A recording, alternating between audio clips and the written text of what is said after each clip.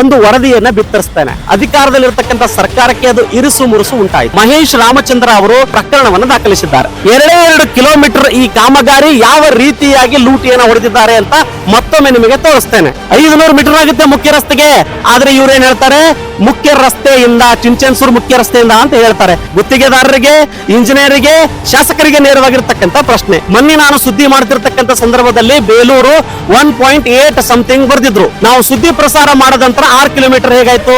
ಒಂದೇ ದಿನದಲ್ಲಿ 4 ಕಿಲೋಮೀಟರ್ ಹೆಚ್ಚಾಯ್ತಾ? 00 ರಿಂದ 2 ಕಿಲೋಮೀಟರ್ ವರೆಗೆ ನಾನು ಇವರಿಗೆ ಚಾಲೆಂಜ್ ಮಾಡ್ತೇನೆ. 2 ಕಿಲೋಮೀಟರ್ ರಸ್ತೆ ಹೇಳ್ತಾರೆ, ಪರಿಪೂರ್ಣವಾಗಿದೆ 2 ಕಿಲೋಮೀಟರ್ ರಸ್ತೆ ಇಲ್ಲ. ನಾನು ಇವಾಗ ಲೈವ್ ಆಗಿ ಇಡೀ ರಾಜ್ಯದ ಜನತೆಗೆ ಈ ರಸ್ತೆಯ ಎಷ್ಟಿದೆ, 2 ಕಿಲೋಮೀಟರ್ ಇದೆನಾ ಕಡಿಮೆ ಇದೆನಾ ಅಂತ ಅಳೆದು ತೋರಿಸ್ತೇನೆ.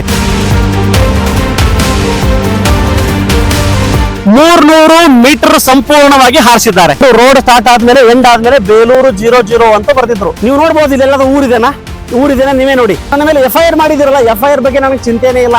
ಮಲ್ಲಿಕಾರ್ಜುನ್ ಪಗಡೆ ವಿಡಿಯೋ ಡಿಲೀಟ್ ಮಾಡೋದಕ್ಕೆ 1 ಲಕ್ಷ ಕೇಳಿದ್ದಾರೆ ಅಂತ ಆ ಸುರೇಶ್ ಹೇಳ್ತಾನಂತೆ. ಮಳೆ ಬಂದ್ರೆ ಸಂಪೂರ್ಣವಾಗಿ ಇದು ಕಿತ್ಕೊಂಡು ಹೋಗುತ್ತೆ. ಮಹೇಶ್ ಅವರೇ, ಇದು ಕಿತ್ಕೊಂಡು ಹೋಗುತ್ತೆ. ಇದಕ್ಕೆ ನಾನು ಹೇಳಬೇಕು ಕಳಪೆ ಮಟ್ಟದ್ದು ಅಂತ. ನಾನು ಎವಿಡೆನ್ಸ್ ಇಲ್ಲದೆ ಮೊದಲನೇದಾಗಿ ಕೆಲಸ ಮಾಡೋದಿಲ್ಲ, ಅಥವಾ ನೀವೇನಾದ್ರೂ ಭಿಕ್ಷೆ ಬೇಡದೆ ನಾನು ವಿಡಿಯೋ ಡಿಲೀಟ್ ಮಾಡೋ ಮನುಷ್ಯ ಅಲ್ಲ.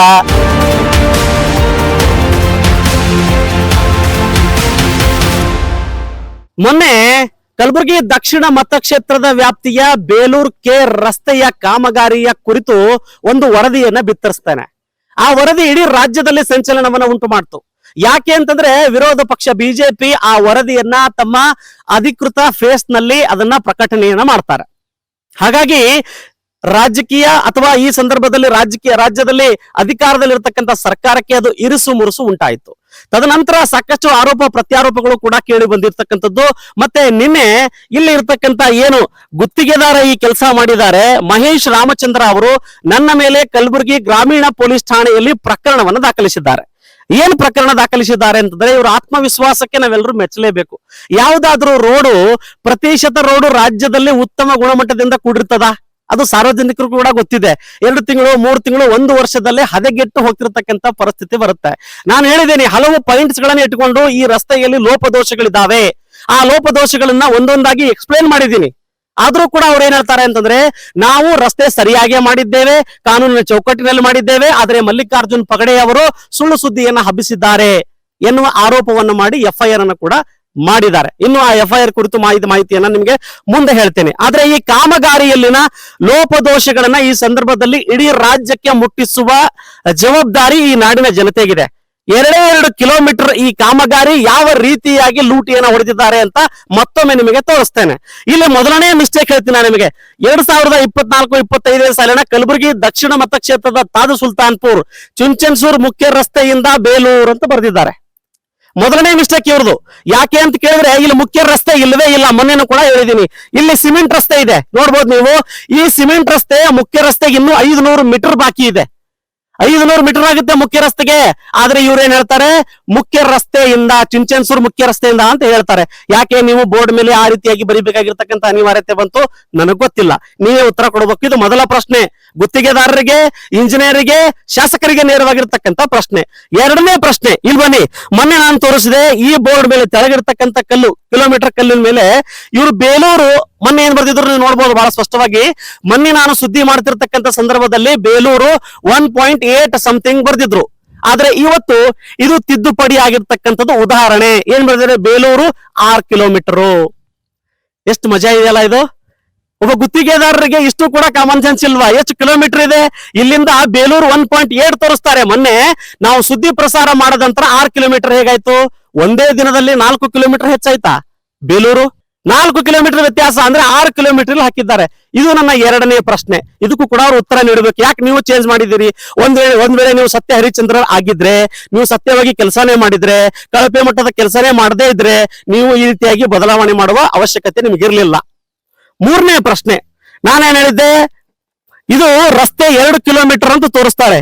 ಮತ್ತೆ ತೋರಿಸ್ತೀನಿ ನಾನು ನಿಮಗೆ. 0 ರಿಂದ 2 ಇಲ್ಲಿ ನೋಡಿ, ಶಾಲಾ ಮುಖ್ಯ ರಸ್ತೆಯಿಂದ 00 ರಿಂದ 2 ಕಿಲೋಮೀಟರ್ನ ವರೆಗೆ ರಸ್ತೆ ಹಾಗೂ ಸೇತುವೆ ನಿರ್ಮಾಣ ಕಾಮಗಾರಿ. ನಾನು ಇವರಿಗೆ ಚಾಲೆಂಜ್ ಮಾಡ್ತೇನೆ. ಸರ್ ನೀವು 2 ಕಿಲೋಮೀಟರ್ ಅಂತ ಬೋರ್ಡ್ ಅಲ್ಲಿ ಬರ್ತಿದ್ದೀರಿ, ನೀವು ಇಲ್ಲಿ ಬರಬೇಕು, ಅಧಿಕಾರಿಗಳು ಬರಬೇಕು ಅಥವಾ ಗುತ್ತಿಗೆದಾರರು ಬರಬೇಕು ಅಥವಾ ಶಾಸಕರು ಬಂದರೂ ಕೂಡ ತೊಂದರೆ ಇಲ್ಲ. 2 ಕಿಲೋಮೀಟರ್ ರಸ್ತೆ ಹೇಳ್ತಾರೆ, ಪರಿಪೂರ್ಣವಾಗಿದೆ 2 ಕಿಲೋಮೀಟರ್ ರಸ್ತೆ ಇಲ್ಲ. ನಾನು ಇವಾಗ ಲೈವ್ ಆಗಿ ಇಡೀ ರಾಜ್ಯದ ಜನತೆಗೆ ಈ ರಸ್ತೆಯ ಎಷ್ಟಿದೆ, 2 ಕಿಲೋಮೀಟರ್ ಇದೆನಾ ಕಡಿಮೆ ಇದೆನಾ ಅಂತ ಅಳೆದು ತೋರಿಸ್ತೇನೆ. ನಾನು ಚಾಲೆಂಜ್ ಆಗಿ ಹೇಳ್ತೇನೆ, ಈ ರಸ್ತೆ ಇರತಕ್ಕಂಥದ್ದು ಕೇವಲ 1.7 ಕಿಮಿ ಮಾತ್ರ ಇದೆ, ಅಂದ್ರೆ 300 ಮೀಟರ್ ಸಂಪೂರ್ಣವಾಗಿ ಹಾರಿಸಿದ್ದಾರೆ. ಇದು ಕಾಮಗಾರಿಯ ಲಕ್ಷಣ. ನಾನು ಆಗಿರ್ತಕ್ಕಂಥ ಪ್ರತಿಯೊಂದು ಪಾಯಿಂಟ್ ಗಳನ್ನ ಎತ್ತಿ ತೋರಿಸ್ತಾ ಇದ್ದೀನಿ. ನೀವು 2 ಕಿಲೋಮೀಟರ್ ಇದನ್ನ ಅಳೆದು ತೋರಿಸಬೇಕು. ನಾನು ರಾಜ್ಯದ ಜನತೆಗೆ ಈಗ ಅಳೆದು ತೋರಿಸ್ತೇನೆ, ಇದು 2 ಕಿಲೋಮೀಟರ್ ಭರ್ತಿ ಇದೇನಾ ಇಲ್ವಾ ಅಂತ. ಆಮೇಲೆ ನೀವು ಕಳಪೆ ಮಟ್ಟದ ಕಾಮಗಾರಿ ಇದೆನಾ ಅಥವಾ ಪೂರ್ತಿ ಸಂಪೂರ್ಣವಾಗಿ ಲೂಟಿ ಮಾಡಿದ್ದೀರಾ ಅನ್ನೋದಕ್ಕೆ ನೀವೇ ಉತ್ತರ ಕೊಡಬೇಕು. ಅದಕ್ಕೂ ಮುಂಚೆ ನಾನು ಗಾಡಿ ಮೂಲಕ ಈಗ ಹೋಗ್ತೇನೆ, ಇಲ್ಲಿಂದ ಅಲ್ಲಿಗೆ ಎಷ್ಟಾಗುತ್ತೆ. ಮತ್ತೆ ಲಾಸ್ಟ್ ಟೈಮ್ ಅವರು ಬರ್ದಿದ್ರು, ಎಲ್ಲಿ ಬೇಲೂರ್ಗೆ 1.8 ಇಲ್ಲಿಂದ ಸ್ಟಾರ್ಟ್ ಆದ್ಮೇಲೆ 0.0 ಬರ್ದಿದ್ರು. ಈಗ ಏನಾದ್ರೂ ಚೇಂಜ್ ಆಗಿದೆ ಏನಾ ಅಂತ ನಿಮಗೆ ನೇರವಾಗಿ ತೋರಿಸೋ ಪ್ರಯತ್ನವನ್ನ ಮಾಡ್ತೇನೆ, ಬನ್ನಿ ನೋಡಿ. ಈ ರಸ್ತೆ ಇದು, ಇಲ್ಲಿಂದ ನಾನು ಪ್ರಾರಂಭ ಮಾಡ್ತೀನಿ ಇವಾಗ ಶೂನ್ಯದಿಂದ. ಎಕ್ಸಾಕ್ಟ್ಲಿ ಎಷ್ಟಿದೆ ಅಂತ ತಿಳ್ಕೊಳ್ಳೋಣ. ಈಗ ಸ್ಟಾರ್ಟ್ ಮಾಡ್ತಾ ಇದ್ದೀನಿ ನೋಡಿ.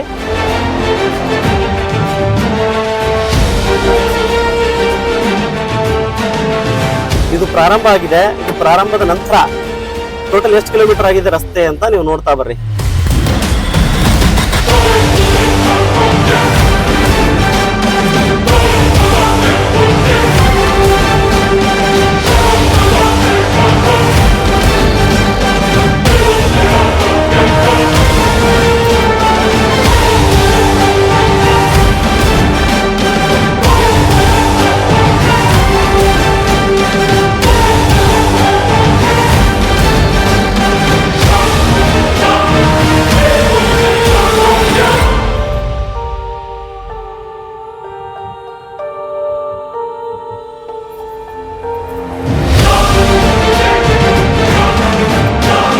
ನೋಡಿ ವೀಕ್ಷಕರೇ, ಎಕ್ಸಾಕ್ಟ್ಲಿ ಈ ಕಲ್ಲಿಗೆ ರಸ್ತೆ ಕಂಪ್ಲೀಟ್ ಆಗಿದೆ.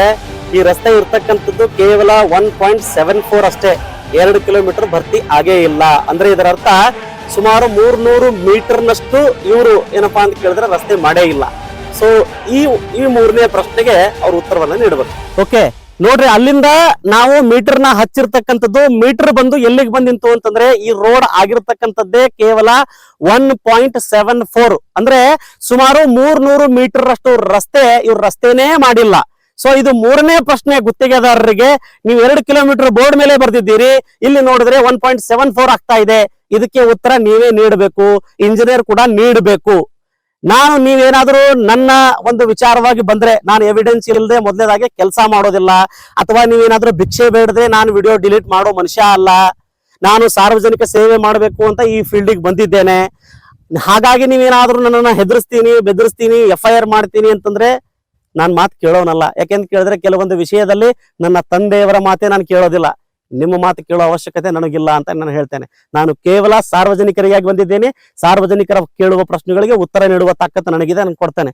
ಆಮೇಲೆ ನೋಡಿ, ಇಲ್ಲಿ ಎಂಡ್ ಆದ್ಮೇಲೆ ಮೊನ್ನೆ ನೀವು ಬೋರ್ಡಲ್ಲಿ ನೋಡಿರ್ಬೋದು, ನಾನು ಸುದ್ದಿ ಮಾಡಾದ ನಂತರ ಇಲ್ಲಿ ಏನಿತ್ತಪ್ಪ ಅಂತ ಕೇಳಿದ್ರೆ ಬೇಲೂರು ಎಂಡ್ ರೋಡ್ ಸ್ಟಾರ್ಟ್ ಆದ್ಮೇಲೆ ಎಂಡ್ ಆದ್ಮೇಲೆ ಬೇಲೂರು 00 ಅಂತ ಬರ್ತಿದ್ರು.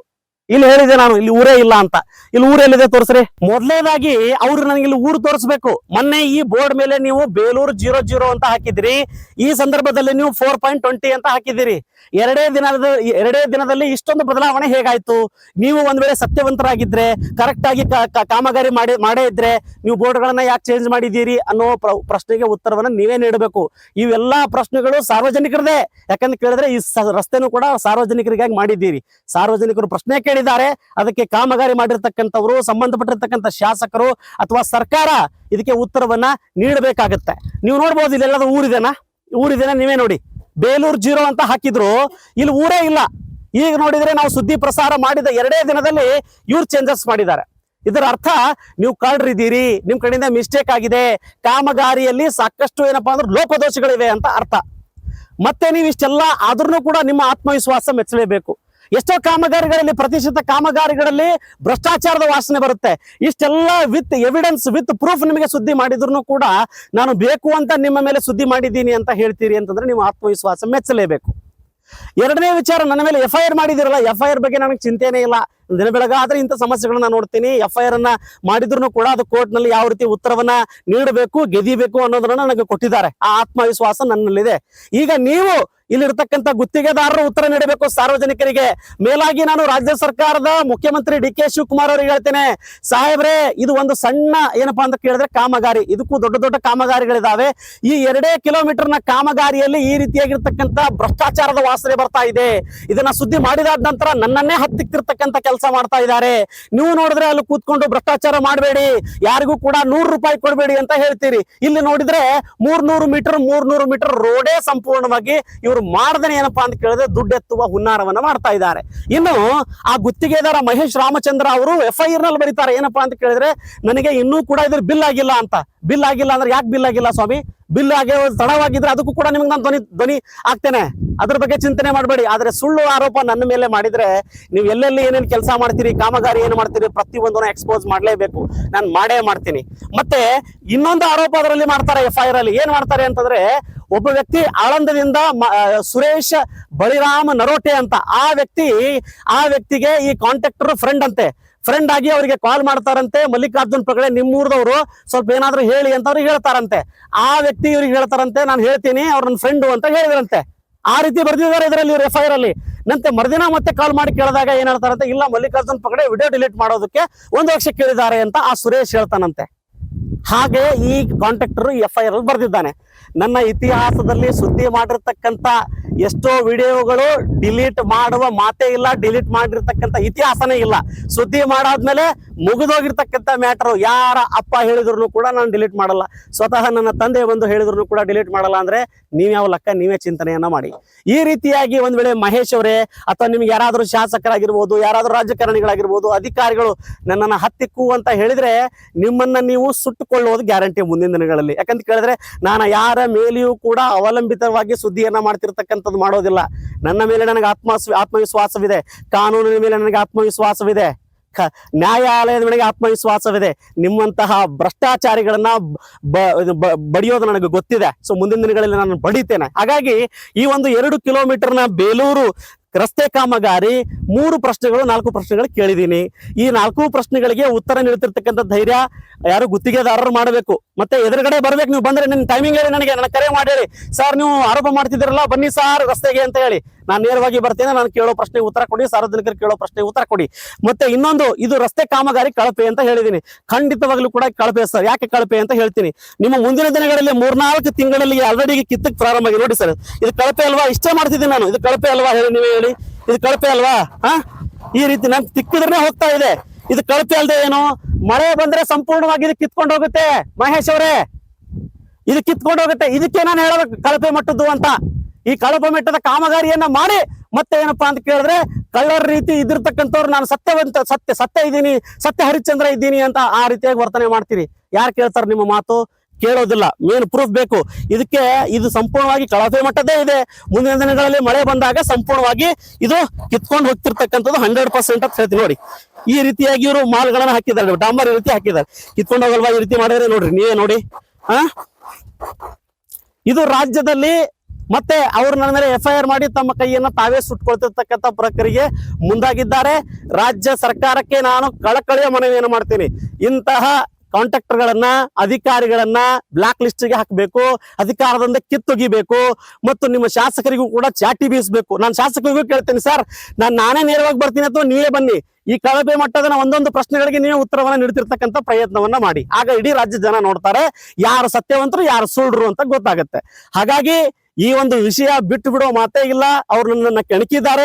ನಾನು ಸುದ್ದಿ ಸತ್ಯ ನಿಷ್ಠೆಯಿಂದ ಮಾಡಿದ್ದೀನಿ, ಆದ್ರೂ ಕೂಡ ನನ್ನ ಮೇಲೆ FIR ಮಾಡಿದ್ದಾರೆ ಅಂದ್ರೆ ನಿಮ್ಮನ್ನ ಬಿಡೋ ಮಾತೇ ಇಲ್ಲ. ನಿಮ್ಮ ಮೇಲೂ ಕೂಡ ಪ್ರಕರಣ ದಾಖಲಾಗುತ್ತೆ. ಮತ್ತೆ ಭೇಟಿ ಆಗ್ತೇನೆ. ನಮಸ್ಕಾರ.